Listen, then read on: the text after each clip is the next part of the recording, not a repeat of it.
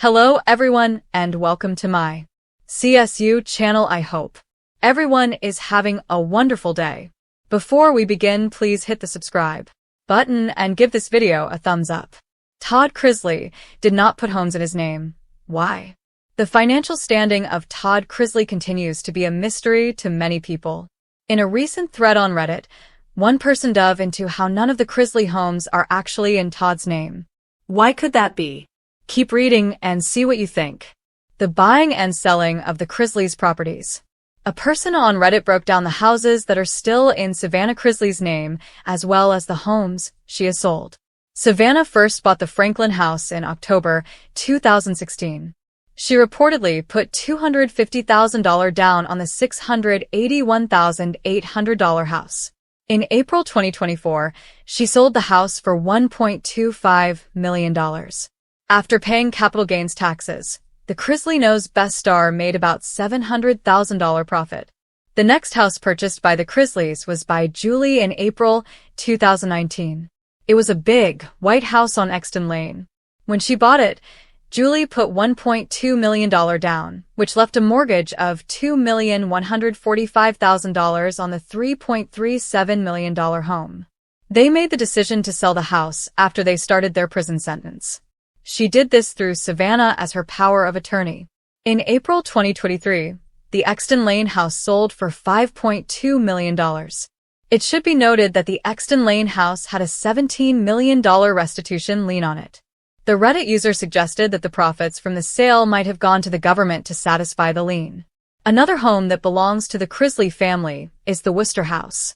Savannah purchased it in July 2021 for $2.45 million with a down payment of $600,000. That leaves a mortgage of about $1,837,500. It is believed that her brother Chase Chrisley likely lives there now. Why wasn't Todd Chrisley listed on any of the homes? Then there is the house that Savannah, Chloe, and Grayson live in currently. It is on Linwood Boulevard. Julie Chrisley bought the home in December 2016 for $1.6 million with a $220,000 down payment. In 2020, Julie gave the house to Savannah via an interfamily transfer. Apparently, Savannah then placed the house in a trust called the Getha Trust. There isn't any information about whether or not there is a mortgage on this home, but the Reddit user assumes that their main residence is likely paid off. The bigger question here is, why were none of the properties in Todd's name? After all, he was the patriarch of the family. You'd think at least one, if not all, of the homes would be in his name. Ultimately, the Reddit user hypothesized that Todd Chrisley never had any properties listed in his name for several reasons. He had personal and business bankruptcies in the past, which could be one reason. Another possibility is that Todd allegedly knew that the government would eventually come looking for him to pay his back taxes. Due to this, he didn't want to have anything in his name to seize. The Chrisley name had always been associated with gleaming marble floors, iron wrought gates, and sprawling southern mansions that whispered wealth before anyone even reached the front door. But beneath all the polish and practiced charm, a secret had been hiding in plain sight, one that even the closest members of the family never fully understood. And now, after years of speculation, accusations, and courtroom drama, that secret was finally coming out. A hidden strategy. It started with Savannah pacing the hallway outside her podcast studio, a phone pressed to her ear, listening to yet another curious reporter asking the same question. Did your dad really never put any of the homes in his own name? Savannah closed her eyes, gathering her composure. You'll hear everything soon, she answered carefully before hanging up. Her pulse hammered with equal parts frustration and protectiveness. Todd had always been strategic. Some called it careful, others called it suspicious. But to his children, he had simply been Todd, a man who planned, plotted, and protected his family as though the world were an enemy waiting for a single misstep. Growing up, Savannah always thought her dad's refusal to slap his name on every property wasn't anything unusual. He'd often walk through newly purchased homes, gleaming showpieces with towering ceilings and courtyard pools, talking about LLCs, trusts, and keeping your footprint light. She hadn't known what that meant at the time, but she assumed it was just wealthy people talk, the language of men who turned money into armor. But now those choices, were coming back in waves, digging up the past. It wasn't until Julie's sentence had been overturned that anyone dared to start asking deeper questions, the kind Todd had dodged for years. Legal commentators speculated. Former acquaintances whispered. Paparazzi shouted theories from across airport walkways. Savannah knew it was time to tell the truth, not because Todd owed the world an explanation, but because she did. She had lived in those homes. She had benefited from the lifestyle. And now, with both her parents fighting to rebuild their lives, she carried their name like a shield and a burden. Sitting down for an exclusive interview, she took a deep breath, her eyes steady with determination. My dad didn't put homes in his name because he didn't want anything to be taken from us, she said. He always said, protect the family first.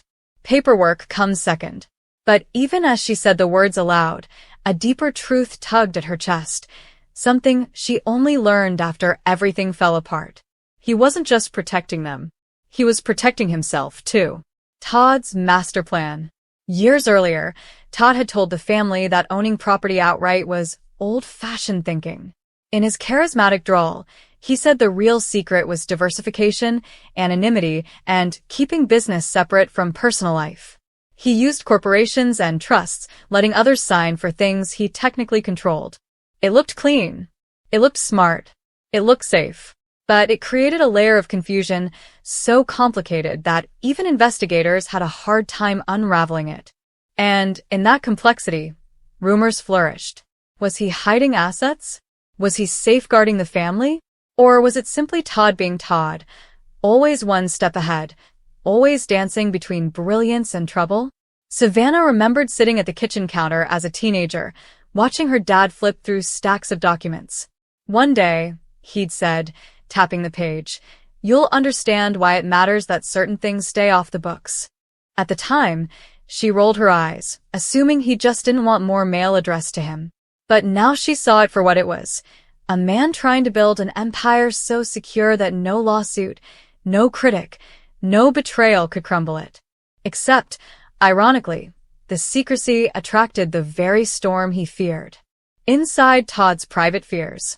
While Todd was still away fighting the last of his legal battles, Savannah visited one of the properties he'd purchased years before, one that had never been listed under his name. Walking through the echoing foyer, she could almost hear his voice explaining why he structured things the way he did. Baby, when you're in the public eye, people love to take. They want what you've built.